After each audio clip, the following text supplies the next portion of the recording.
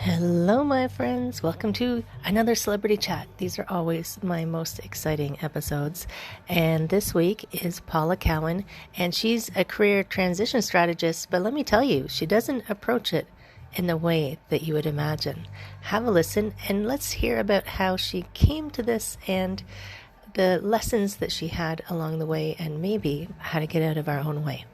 Let me know what you think. I hope you have a great day. Take care, and I will see you again soon.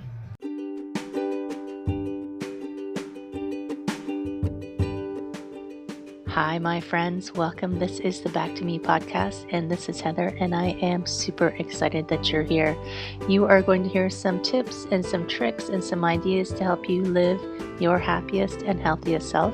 I call it Back to Me because when you are taking care of yourself, back to me, then you can take better care of others, and we can all make the world a better place. This is Wellness Your Way, and I am super happy that you're here.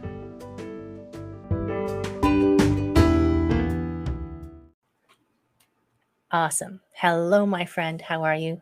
I hope you're having an outstanding day. This is Heather. This is the Back to Me podcast, and this is the Outstanding Fabulous Friday edition, which means I get an outstanding, fabulous Friday celebrity to come and chat with me. And today it is the one and only Paula Cowan. And your company's name is just your name, right? Correct. I didn't forget something there. Okay. So I was like, self-employment. from Paula Cowan. Yay. And Paula, welcome. So good to see you. Thank you. So yeah, absolutely. So I always like to start with finding out so you are a coach, career strategy coach, correct? Is what I use the term career transition strategist. Transition strategist. Job search, coaching. Coaching's an aspect of what I do, but it's not not my official title. But, right. Yeah. I knew strategy was in there somewhere. Mm-hmm. And so I'm always curious as how did you get into that? Like what drew you to that? I'm on my second venture at self-employment. I burnt out from the previous one and knew I couldn't go back to corporate. So I started my career in human resources, and I never kind of went in starts and stops. I never really thrived at that, but I was in recruitment, IT recruitment for a while. So I read resumes for a living. Wow. And I lost my job in HR. I did a 12 to 15 year stint I still had some part-time clients as a behavior therapist for autistic children. And that's physically and mentally demanding. So I eventually burned out from doing that. Right. And said, okay, what do I do now? And it's like, I was always the one that would do my friends' resumes. And I still remembered from the other side of the desk what got my attention and my colleagues' attention. It's like, all right, well, let's see if I can make some money off doing resumes. And I wasn't even taking it seriously. I was putting up ads on Kijiji and just like, people give me money for this. Right. So, to start off, I'd meet someone at a food court or at Starbucks. And if it was a customer service resume, I could churn it out in say an hour and 90 minutes and we'd make the exchange and go on our way. And then as the resumes got more complex, I realized I was giving out a lot of advice while I was meeting someone and plunking away at this. So I had to change the title and expand my services. And here we are. Wow. That's quite a bit. I compare it to, I couldn't go back to corporate either. So I totally get you there. Mm-hmm. And it's interesting, your comment that what people are going to pay me for this. But what I find, because I've had that thought pass through my head sometimes for some of the things that I do, is the things that we do really well and are easy for us aren't easy for everyone, right? Exactly. And if it's too easy, we think, oh, this can't be right. This is too easy. Why it should be harder than this? But I think that the things getting in our own way. We like to make our lives complicated, don't we? Well, it's also easier to spot errors on someone else's work, regardless of what it is, whether it's a resume or an article or whatever else. I'm constantly reminded of that, but I learned that very early in my work life when I worked at one of the banks on the teller line, and all of the smart supervisors I had at the end of the day when we had to sum up our credits and debits, all of the smart supervisors said, trade work with the person beside you, because it was done a lot quicker. You could spot their errors and they would spot mine, and we were out of there just so much faster. And then not so on the ball supervisors had us do our own. And of course, problems And then ensued. you'd be there all night. I've Yeah.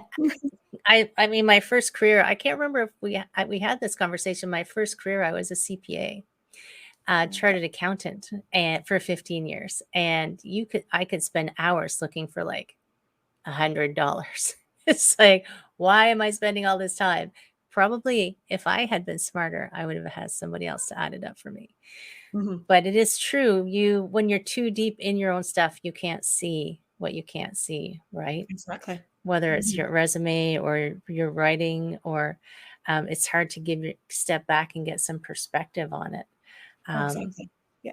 It's not a the skill people have unless they're contract, unless they're career contractors, then they always have to reevaluate that. And even then they can miss a few things and right, yeah, yeah. need a fresh set of eyes.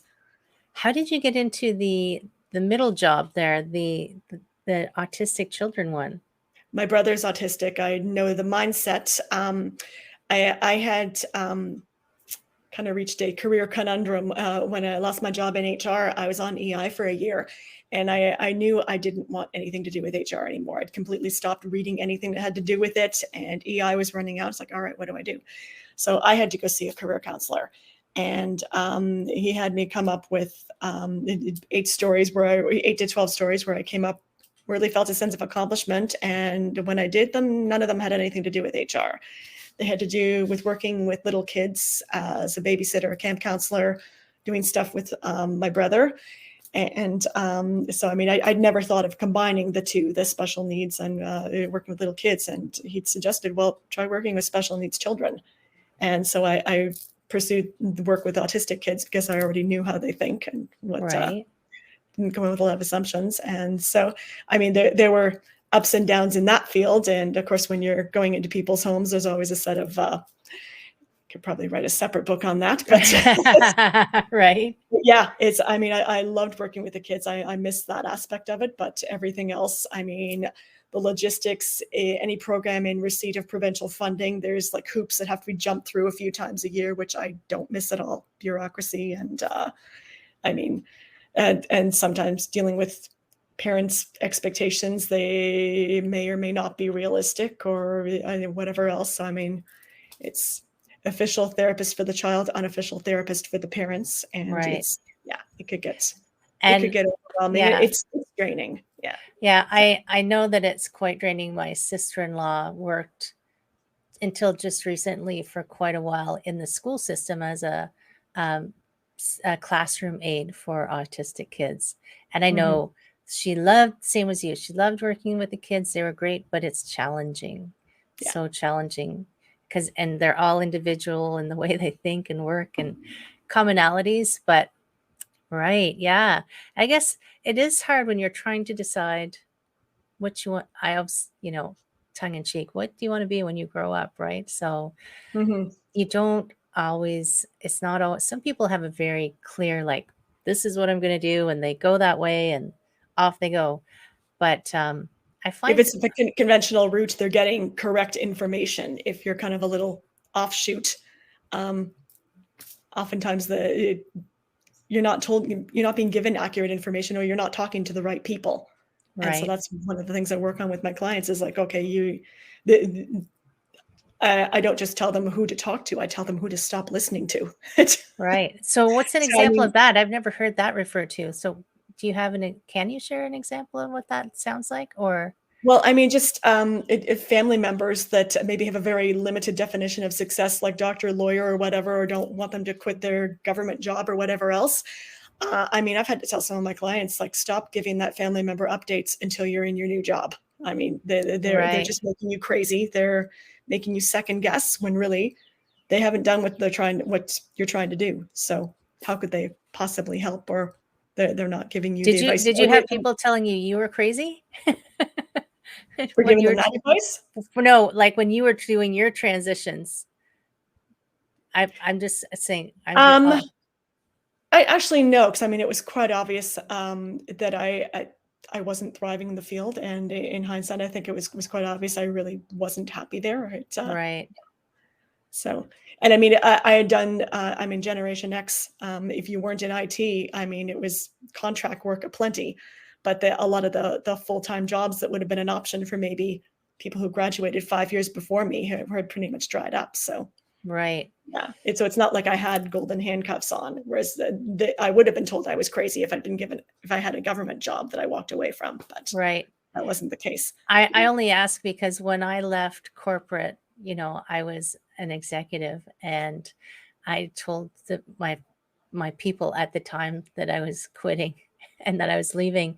And one of my friends at the time, I mean, we're not friends any longer, was took me out to lunch because they wanted to talk to me, and they were prepared to take me to CAMH, which for the people who aren't in Toronto, that's the mental health facility. They were going to take me Wow. straight there because they thought I'd lost my mind. It's like, it's just a job. Wow. Right? So that's why I was White asking it. suits sitting at the table. Oh.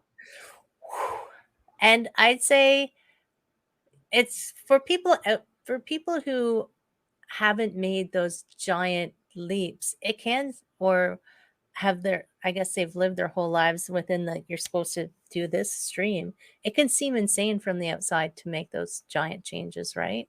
Can also upset them if they had to squash their thing. It's like, well, why do you get to do it and I didn't? And like, fit in the True. box I want to put you in. So did you So have true. to go to the bathroom and basically take your purse and go out the back door from lunch? Right? Not quite. I convinced him that I was not insane somehow. Plus, I had my own car keys. It's Yeah, like, you can't good, stop good. me. You can't stop me. You didn't drive me here. I am the master of my domain. But really, it does actually really disrupt everyone around you as well when you make those big changes. But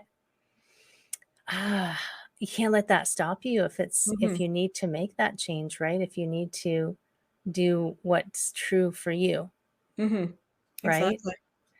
And it is a hard transition to make. Like, it's amazing that you actually combined that kind of like coaching kind of aspect with it, with the resume writing, because it's like people will have somewhere to turn to and go, "Oh my God, I'm going insane." You can like talk them off the ledge kind of thing, right?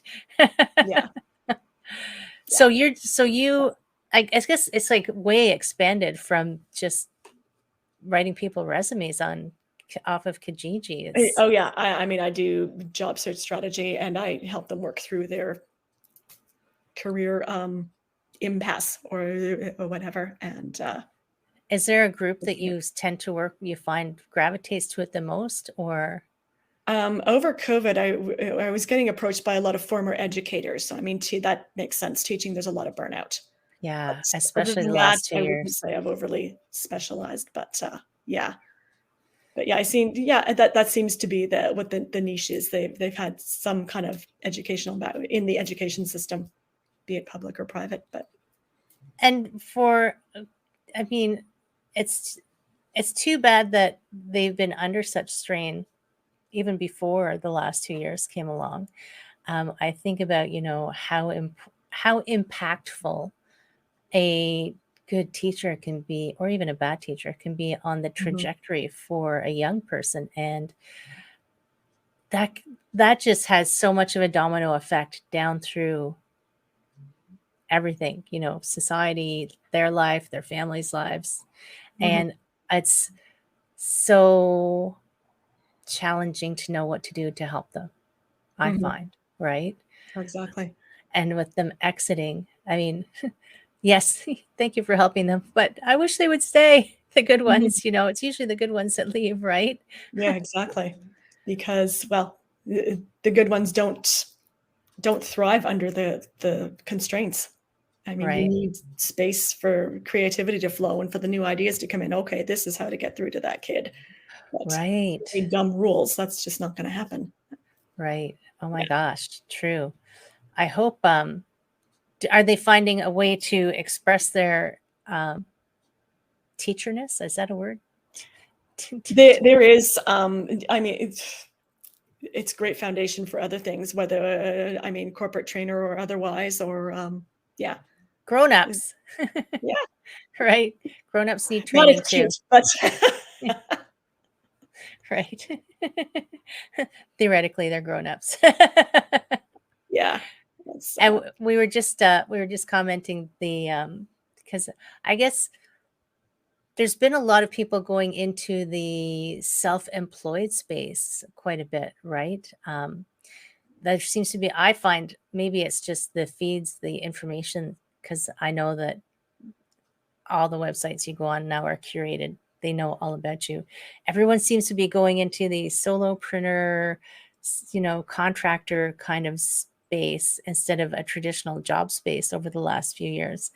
And we were just talking about you still need that social contact yeah, of around the water cooler. And how do we find that? that's the I co-working spaces. Yeah. co-working spaces.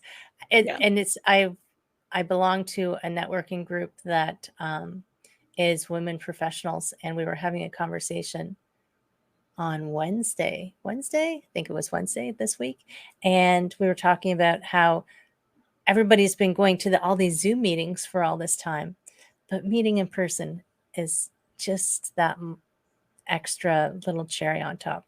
Zoom Exactly. meetings are okay, but Mhm. meeting someone live and in person is so different. And I guess, what do you use to help support you besides your co-working space? Do you have anything that helps you kind of keep yourself in your good headspace, not holding yourself back? Maybe you don't hold yourself back. How do you Oh no, I stop do, but it's how do you stop holding yourself back? um usually I over the past few years I've learned to see things in terms of energy blockages. So it's like, okay, something needs to move. How do I move it? Or what's the best way for me to move it? I try to keep a decent meditation schedule and meditate almost every day. I slip up, but yeah, try to keep that a few times a week, and yeah, just basically keep a flow of energy going, and Right. so nothing Yeah, gets stagnant. there's a lot of um, benefits to giving your headspace some quiet time, right? Mhm. So I'm on top of all the other things that I do. I've been a meditation facility. Well, I've been a yoga teacher for 18 years, and I've been a meditation teacher for, I can't remember, less than 18 years, slightly Mhm. less than 18 years. But if definitely, I totally recommend for people. There's no right or there's no wrong way to do it. It's just like, find yourself a little quiet time, a little Mhm. quiet space, right? If you like apps and you like to keep score, use one of the apps Mhm. because it'll give you like, Yahoo, congratulations, you did 10 days in a row. I use something called Insight Timer, and it's like, here's another star for doing 10 days in a row. You've done this many days in a row. And it gives you like little shout outs. Mhm. And because I know some people use the Calm app. It's like we're gamifying meditation, which is Exactly. to And me everything else. yeah, which is to me a little crazy. We have to gamify everything, even French. I'm learning French. I use Duolingo. It's totally Oh, I gamified, have that. Yeah. right? So it's so funny. It's like I'm competing with people I don't know to be number one this week in how many my score on Duolingo. I'm like, I'm just trying to learn French. How come I have to compete with these people? Well, they're onto something because my very first French teacher in a Toronto school board in the 70s, they didn't start teaching kids French until grade 4. And so my grade 4 teacher, he gamified everything. So I still remember far more from his class than any French instruction I had after that, because he'd have someone keep a score and pit the boys against the girls for who could guess the word, or he'd put like pictures of like a car, a banana, or whatever all over the classroom, and then put boy and a girl up front. And he would say the word in French, and you had to crawl over people, climb over desks to get the picture of the car and say, "I do not tolerant." Probably not allowed to do that anymore. I don't know. Right. It was fun, and yeah, so it's a great way to learn stuff, and yeah, that's the reason I remember a lot more. Little kids, right? You got to Yeah. make it fun. I Hmm. guess you got to make it fun for grown-ups too. Somehow there has to be a reward from Oh, it exactly. other than just the thing itself. Hmm. That's interesting. Because I remember, um, I remember the 70s. Um, I can't remember what grade we started French, but it could have been grade 4, I guess. And In Toronto, it was grade 4. Yeah, if you're elsewhere. I wasn't that, I was only 4 hours east of here. So Okay. yeah, same provincial school board. Uh, but yeah, all I remember about French was my teacher was crazy. Yeah. And I remember, I think she was like from France, French. Oh And no. I remember, and I still remember to this day, she would always say, English is such a ridiculous language. You use so many words to say nothing. And I, now when I'm learning French, I'm like, you use a lot of stupid words too. Like, it's not, you don't put it all on us. You have too many words in some of your sentences too. Oh boy. Not that I don't enjoy learning French, but she didn't make it fun. No. Oh, that's And funny. what's even funnier is what I remember, my other French teacher that I remember in high school was Scottish. So I What? was learning French with a Scottish accent. Oh no. So funny. That would probably, if I had kept on, that would have been the strangest accent of all time, right? Yeah, So good. what you needed was a trip to Quebec City when you had that teacher, and all of you be speaking with a Scottish accent. They probably would have laughed us out of the park. But we digress to French. But the things that are holding us back, oh my gosh, we do get in our way a lot of the time. Mhm. And I found so, and maybe you have a strategy that you help people with. I find quite often the thing that I'm trying to help people with is keeping their promises to themselves. So, and I use as an example, so, you decide that you're going to do, we always come up with things, something they're going to work on for till I speak with them again. And like book it in your calendar, schedule your time where you're going to work. Maybe it's their resume for you. When are you going to do this X? And then because they're not used to maybe not having a boss in place who's going to say, hey, did you do that assignment? It slides and it slides and it slides. Mhm. And they don't do it when they've scheduled it. They're like, oh, that's okay. I'll do it tomorrow. It's like going to the gym. Yeah. Oh, I'll do it tomorrow. I'll do it later today. I'll do it here. And then I think that sets up maybe on a subconscious level. It's like, well, I never follow through for myself. So why even bother? And then Mhm. they just continue that spiral. So is there a way that you help people? I guess you must have encountered it. I mean, I think every coach encounters it at some point, but do you have strategies that you help people figure that out, or other than you're going to call them and say, did you do it? Well, I give an action list if I'm doing job search strategy, or later on in my career program, I'll give them an action list, and I know not to make it too long, but Right. and just depending on the person, how much of it they get through. But it's usually that's when their limitations come out. If there's a certain thing that they're really struggling with, and like, okay, or it keeps getting put on the back burner, is like, oh, I'll usually probe and say, okay, what's the issue with that? What's going on? Or and oftentimes it could be a lack of confidence, or just self-doubt that keeps coming through, or maybe it's not a direction they really want to go in, and so sometimes that's a So true. or it's not what it turns out it's not what they thought it was. And Right. I can remember a client that I spoke with at one point who had had a coach previously. And he said to me, I said, oh, he was trying to start a business, and he had a list of like 30 things that he was supposed to do from this previous coach. And he said, I just haven't done it. And I think I like how you said, not too many things on the list. One, I think the list was too overwhelming for him. yeah. Didn't just paralyzed with overwhelm because he didn't know where to start. But also, it wasn't actually what he wanted to do, Mhm. which I found so maybe he didn't recognize it at the time. I'm sure the coach was great, but when I started asking questions, trying to dive into why he didn't even start on the list, besides the fact there was too many things, the business that he had this big list for wasn't what he wanted to do. Mhm. And I mean, as coaches, we can't decide for people what they want to do, right? We just try to Mhm. help. Once you figure out what you want, we try to help them kind of Yeah. get a strategy and get moving. And a little bit to the client. I mean, if you're allowed to push back, right? I say that's too much. We're not your boss. That's too much. Let's back it up. Let's back up the bus and try this over again. Yeah, and that's the key. Just remember to check in with your client. Listen, how are you doing? Did I give you too much, or is it overwhelming? Is anything vague or unclear? Or or do you know where to start? Sometimes is a good question. Do you know how to just start? say, all right, if you're overwhelmed now, pick 3 to 5 things out of that and see where they take you. Sometimes it's just pick one, because I find it's like, when you say you go floss one tooth. Well, when you start, you're like, well, I might as well keep going, right? So I'll just floss one tooth. No, I guess I could do 2 teeth, and then you just keep going and down through your list. But it is true. I have a sign that hangs up behind my desk to remind even me. It says you are 100% responsible for making this happen. This can be anything.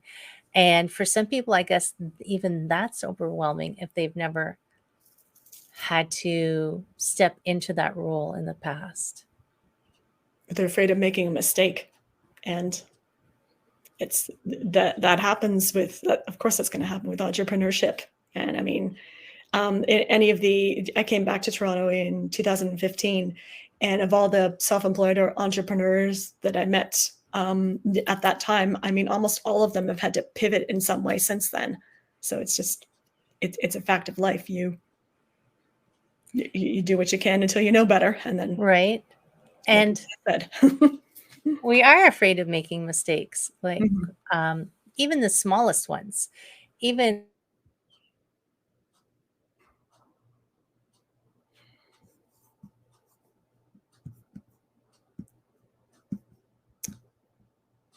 Uh-oh, you're frozen.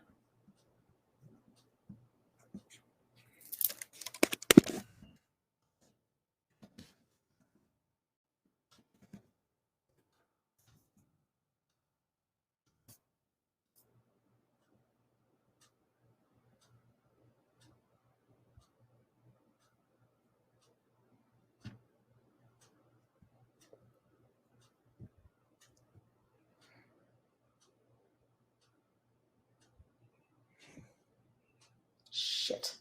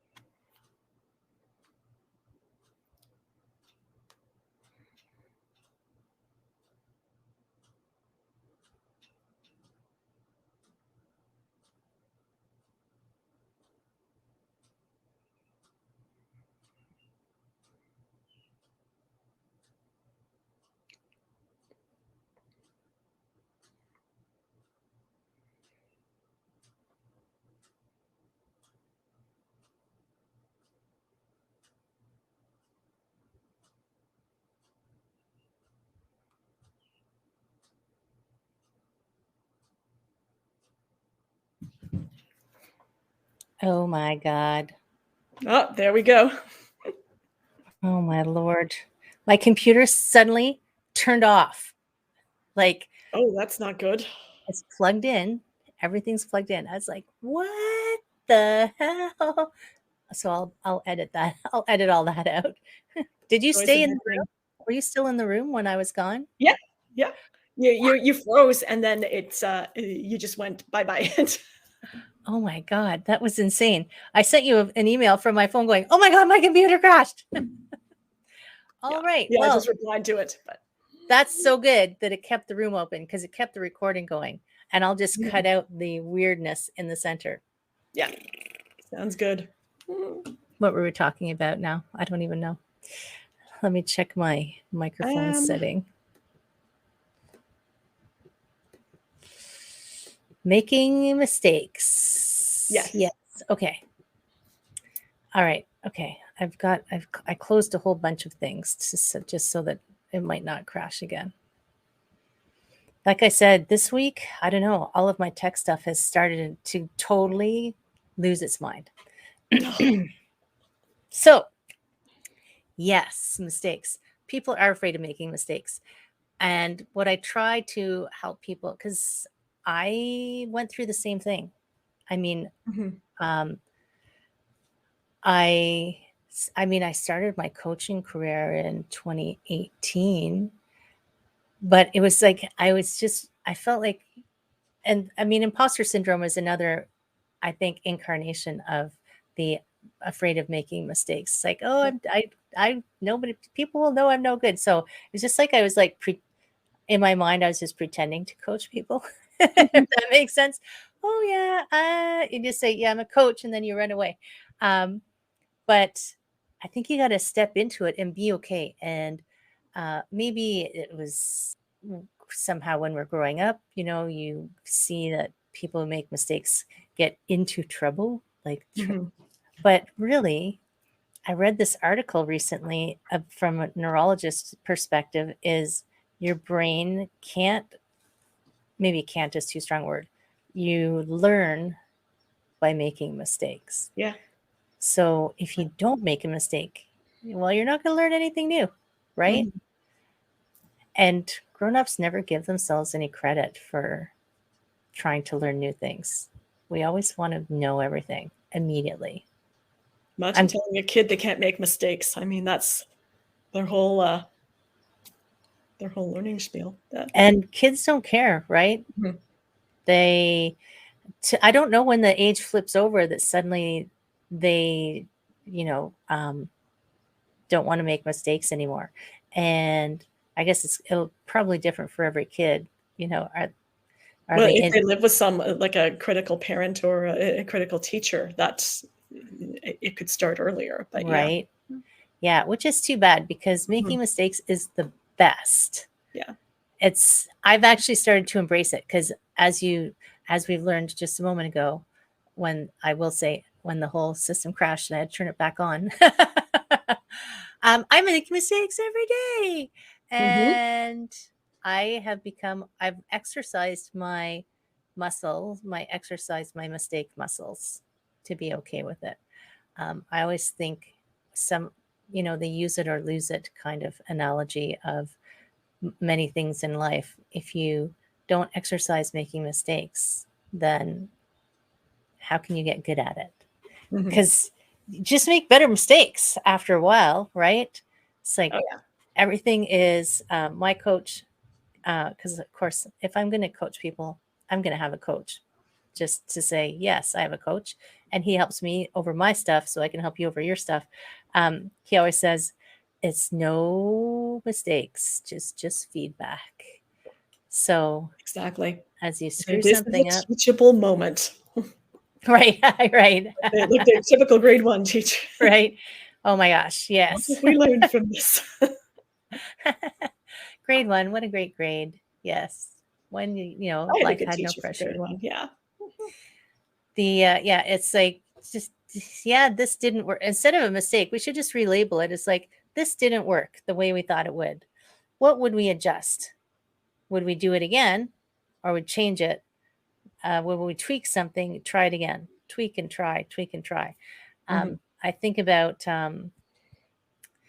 presentations. So at one point I actually worked for Nova Scotia Power for a while when I lived in Halifax, and I was in the finance department, and we were going out into the field and teaching. We had developed this course to teach department heads to do budgeting, like totally dialed down, just something to help them kind of through the process instead of, accountants standing up on high saying, you got to do this. We wanted them to be able to make their decisions. So we were traveling around the whole province to all these departments delivering these courses. And every single time we taught it, we went, oh, that kind of worked. This didn't work. How do we adjust it so they understand it easier? So by the end, I mean, it's interesting. You have to go through that process of it not being perfect multiple times. But by the end, we're like, wow, this is awesome. And we kind of had tweaked it to this really great course. I was like, shoot, we should go deliver it all over again. Mhm. Right. This was before we had all Zooms and we could deliver stuff online. This was Yeah. way back in the 90s. I don't even think I had a cell phone. Nope, didn't have a cell phone until I moved to Toronto. So, okay, kids, there used to be a time back in the day when Yeah, we didn't exactly. have cell phones. Not to blow your minds or anything, but I love watching those videos of millennials trying to use a dial phone. oh Some of the no, funniest stuff I've seen. right? We're not laughing at you guys. Come on, it's Yeah, okay. yeah. there's stuff. I couldn't milk a cow. I'm sure some old folk would laugh at me trying to milk a cow, but Mhm. yeah, now we're so connected, which I see. So many good things come out of it. So many less than good things, but we just keep on try like so my goal in my coaching business is to try, yes, I help kind of like you with these concrete, like we're going to do this, we're going to do this, like, but the overarching um uh goal isn't the right word. The overarching premise of why I coach is to try and help people be better, Mhm. right? The more I can help people be better at whatever they want to be better at, then they can go out and be better and help somebody else be better and pay it forward. Mhm. So I think coaches innately just want to help people. You can see people struggling. You're like, I can help you. And we all have the things that we are, I guess, can help the most with. So I know when I've in the past, back when I was still in corporate and changing jobs, at one point, one of my friends who worked for a bank said, "We call you transient," because I had changed jobs so many times as an Mm. accountant. He said, "Yeah, we call your type transient." But I needed I used a one of those recruiting type firms at the Okay. time, and Mhm. I needed that because I'm like, I don't know how to do a resume in a way that will get me a job. Mhm. And so they were helping me so that I could go and help a company and I could pay it forward and Yeah, keep so going. they knew you were a good candidate, that eventually, if packaged the right way, they would get their commission. Do So, you ever have people that you don't help think um, are good candidates or I have people that get me confused with a recruiter. So, or they want me to basically do the job hunting for them, and I was like, right? "No, I don't do that." And I oftentimes have to explain that the difference between people like me and a recruiter is a recruiter doesn't work for you. I mean, they do, as in your case, because they saw you were a valuable candidate, so they put the time in to make sure that the candidate saw you that way. But for other people that approach them, I mean, they generally don't have the time to spend with you to build up your resume because they are so beholden to the client who's paying their bill and their commission. Yeah, I And guess it's like the company is paying the bill, so they're out there looking actively for what will suit best. what will suit the company? Yeah, Right. And in your case, the individual is paying you to help them present themselves in the to help best them way. figure out the log jam. I mean, I meet my clients where they are. So, I mean, if Right. they're job searching and not getting results, okay, what's going on with that? If they're getting interviews, but then the issue is not their resume. It's doing its job, or I always see things that can be changed, but there's something else going on in their interview process, or maybe they're just not interviewing with the right companies, and they need to tweak their job search and tweak who they're talking to. So it's just, yeah, have a conversation with them. Just, okay, what direction, where do you want to be, and let's figure out what's stopping you from getting there. What are the hurdles that you're currently encountering, and do you even need to deal with them, or is there another pond you should be fishing in? Right. I Yeah. can remember this is true. I encountered this when I had my own yoga studio for a while, and I encountered it when because I went back to school and became a registered massage therapist. And it was funny seeing people so I'm a registered massage therapist or I'm a yoga teacher, and they had this vision of what it would be like to work. I'm going to go work on a cruise ship because I will just be cruising around and having a fabulous time. But the reality of what working in those places was not what they envisioned. So, do you ever find yourself trying to say to to your clients, like, do you really know what this is going to look like on a day-to-day basis? Like the reality of it. Because I've encountered people who have this vision of this is my goal and this is what life is going to look like. But that's not actually what real life looks like in that situation. Part of my, checking out a new line of work or a new career direction, that's part of the research process. And to really not necessarily test drive, but really figure out who they need to talk to before they really venture out and say, okay, this is the right career for me. I like the test drive kind of visualization. Yeah, I guess that doesn't occur to some people that you can actually go out and ask people in those positions, like, what's it really like on a day-to-day basis? And it might sound really cool on the outside. And I know I've like social media posts. It looks so fabulous. Everything looks fabulous in social media. Not that I think of accounting, not that a lot of accountants post, hey, look at my fabulous spreadsheet from today. But I never did that. There was no social Those are media my then. best clients for resumes because they always know the results. Right. You'd be shocked how many salespeople I've had come to me and I'll ask, okay, well, let's talk about the money. Where's the money? Put some numbers up there. And of course, they don't know them. You accountants always know. Yes, we do always know. So it's only a really small aside of how my accountant brain still works.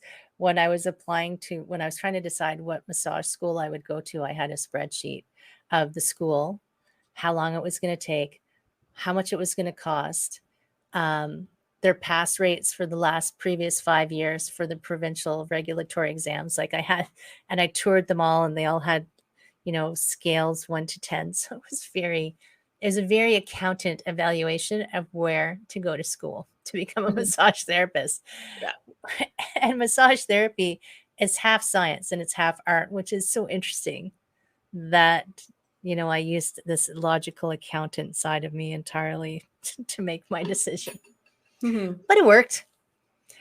I was on a podcast recently. I don't know if you've encountered Drasko from Up Level Mind. Don't think so. He interviews coaches on his podcast about what's holding them back in their business. And his analysis of me was that I had a rigid personality, which I found hilarious, but could be totally true. Right? He said the accountant side was still pretty strong in me. I'm like, okay, yeah, I'll buy that for $1. So if you feel adventurous, you can always go and talk to him. His podcast aired on July the 1st. So, yeah, it's like we all have aspects of our personality that trip us up. And like we were said right at the very beginning, you can't see it. Like because you're inside of it. I mean, it might show up in your resume writing. It might show up in your letter writing or whatever. But I had an analogy that I heard recently. I think it was on a podcast where you're inside the box of you and the instructions are on the outside of the box, but you can't see them because you're inside the box. So you need someone outside of you to tell you what you're doing to yourself so that you can understand the instruction, your instruction manual, for lack of a better comparison. Exactly. I thought that was I'm an objective third party if nothing else. And right. And I mean, I'll have people who will say, well, I just ask my best friend for advice, or I ask my partner, but so many, and kind of like along the lines of who not to talk to when you're trying to make a change. All of those people who are in your inner circle, you might confide in, which is fine, but they will have their own agenda on how they want you to stay. They're comfortable with the status quo. So they might not necessarily give you an impartial opinion. Oh, exactly. Sadly. Yeah. Hopefully they won't have you committed or anything, but that's a bit extreme. And that was a bit extreme. That's I still laugh about that one. But I don't know if he listens to my podcast at all. I probably haven't talked to him in 17 years. Was it a relative? No. Oh, it's just a friend. Interesting. Yeah. Haven't seen him in probably 17 odd years. So don't know what he does now. Yeah. But that's a thing they like doing to women. No, you're going against the grain. You must be crazy. You must be crazy. Yeah, there was a good meme that was I shared on Facebook a few weeks ago, and whatever Kanye had said at the time, but the meme said, "Is Kanye getting a conservatorship, or is that just something they do to women?" It's like, yeah. Right.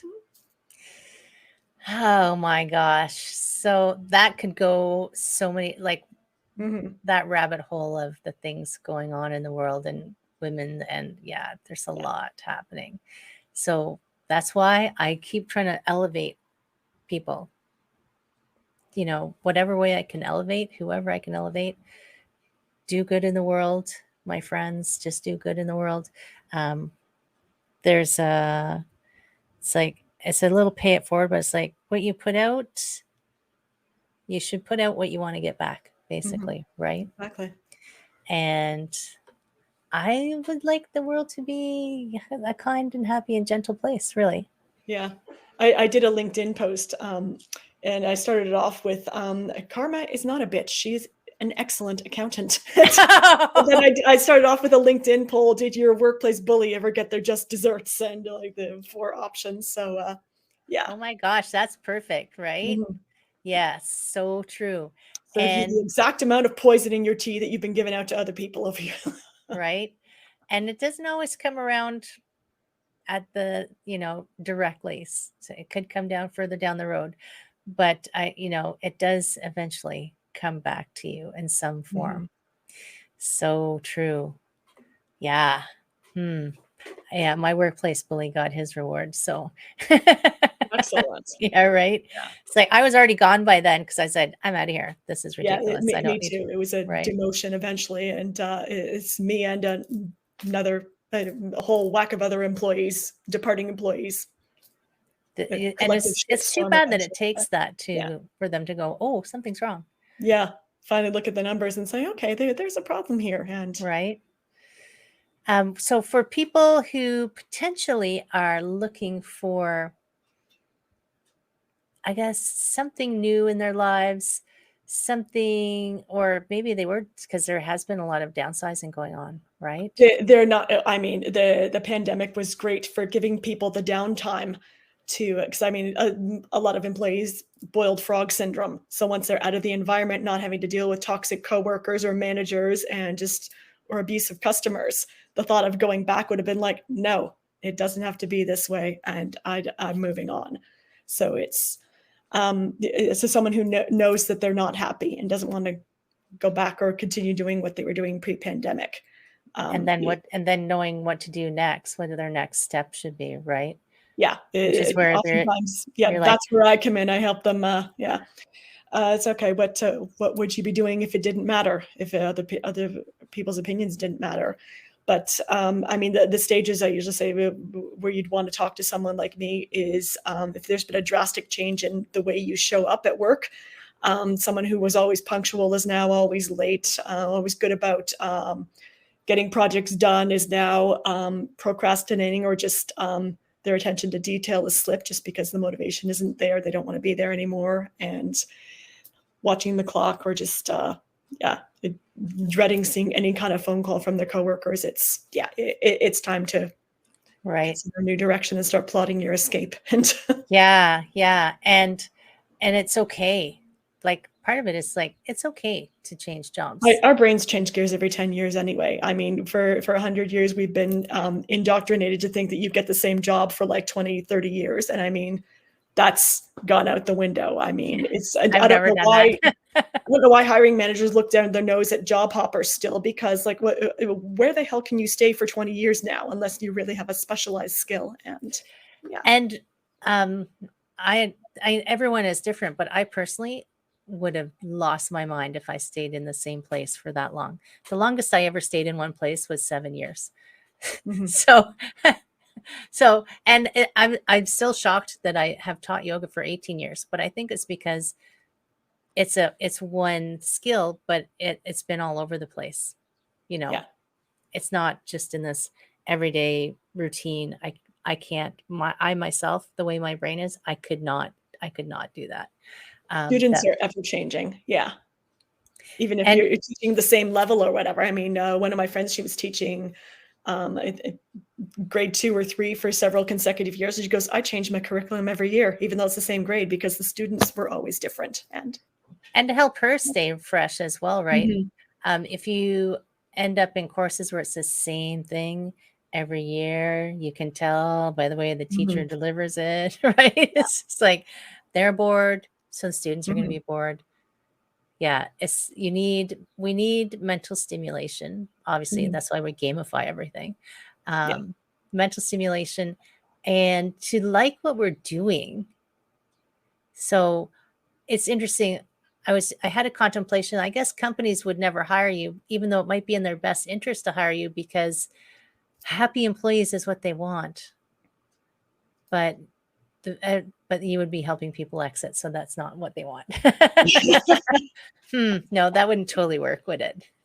Well, it's if they have to downsize someone, I can help them Right? figure out their next direction. Or Yeah, and I know that after like a lot of corporate changes have been happening, of downsizing, of changing, of all of this, and it's true because I've talked to a lot of people who have realized I don't want to do this anymore. Mm-hmm. They've had that moment to themselves to actually stop and think about it. And the Entire best way, service industry, yeah, right? it's like I don't get paid enough for what they demand of me. So Yeah. yeah. And the best the best way to figure out where to go next is to get some help, Mm-hmm. right? Exactly. You don't know what you don't know. And I know do you deal with people just in the GTA or are you? All over now. Yeah, I see my clients by Zoom. Before the pandemic, I preferred to meet people in person. I'm over that. Yeah, we've adjusted, Yeah. right? We can meet people Mm-hmm. anywhere. Pretty much. Yeah, Mm-hmm. across the globe. And I guess if they want to talk to you, like the initial is just like give you, I'm posting the links to how to reach you in My the link show notes. tree has the link to book a complimentary 15-minute chat with me and see what they need, how I can possibly help. And Right. all And my social media stuff is on there too. And awesome. So good. So friends, if you're not happy, or even if you just want to have a conversation, I guess, about what it could look like to switch, should totally reach out to you, right? exactly. Yes. Do you have any final words of wisdom for people? Any thought of any parting, like pull the chute, get out? Or Um, I suppose just an example of how people can get in their own way. I Mhm. got an email from a client I had this past year, and I had reached out to her just to see how she was doing. And well, she'd come to me because she was tired of working in project manager jobs, and was really trying to figure out what to start doing. And she came to me for job search strategies, but one of the things I did was have her fix her resume, because in the summary intersection, I was telling her it read like a new grad. So Oh, really? anyone only reading that part of her resume would think she couldn't do anything else. But you go through, and she even though she had project manager titles or whatever, she was doing program manager or director level work. And so I'm always frequently reminding my clients, like, okay, you're already doing the work, so claim the title and apply for the next level up. Right. And it's like you have a right to apply for that. And the thing is, international companies were seeking her out for her advice as like, hello, apply for that job. Oh my gosh, seriously? Yeah. Yeah. So her reply to that was she had just finished a round of interviews with 2 companies and she accepted a director level position. So she's getting ready to change cities now. So Amazing. yeah, Success. she needs Yay. to get out of her own way and really be comfortable tooting her own horn. And Yeah, we've got to learn that yeah, more. You are awesome. so Everybody listening is often you're awesome. your own worst obstacle.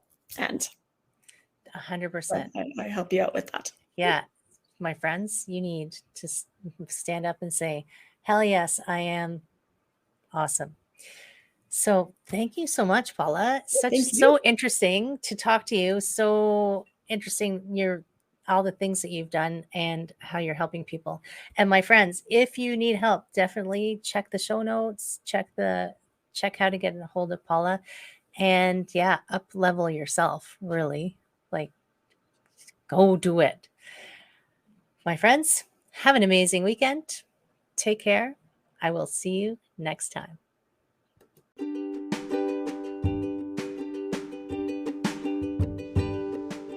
Hi, my friend. Thanks so much for listening to this entire podcast. If you found it useful and you're like me and you like helping others, please feel free to share this. Just give it a like, give it a comment. If you found something useful in it, there's a chance that someone else will find something useful as well. Also, if you have any questions at all, I can absolutely help, and I would love to help. You can email me at heather@prosperityflowcoaching.com. If you want more of this awesome content, you can follow me on Instagram, Heather Stewart Coaching. You can follow me on Facebook, Prosperity Flow Coaching. And I have a personal request. I want to help as many people as I can with these podcasts. And if you could give me a review, hopefully a good one, if you could share, if you could send this out into the world, I would truly appreciate it. I hope you have an amazing day, and I hope that you find your way to wellness by getting back to me. Take care, my friend.